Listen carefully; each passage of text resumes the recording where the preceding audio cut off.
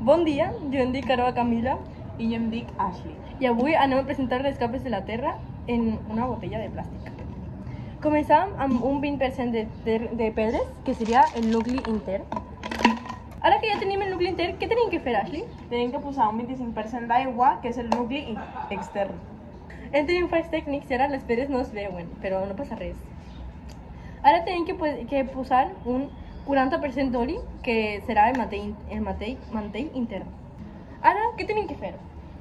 Ara tenim que posar un 15% d'alcohol, que és el mantell extern.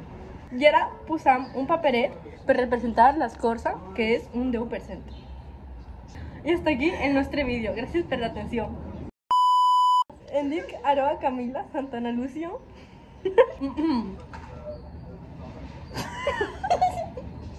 Sí, bon dia en català, vale. per favor. Esto lo cortas, ¿no? Sí. Y luego, tipo, vale. Con el embudo, pendejo. Hem tenit un fallo. Se ve bonito. ¿Qué le pasó?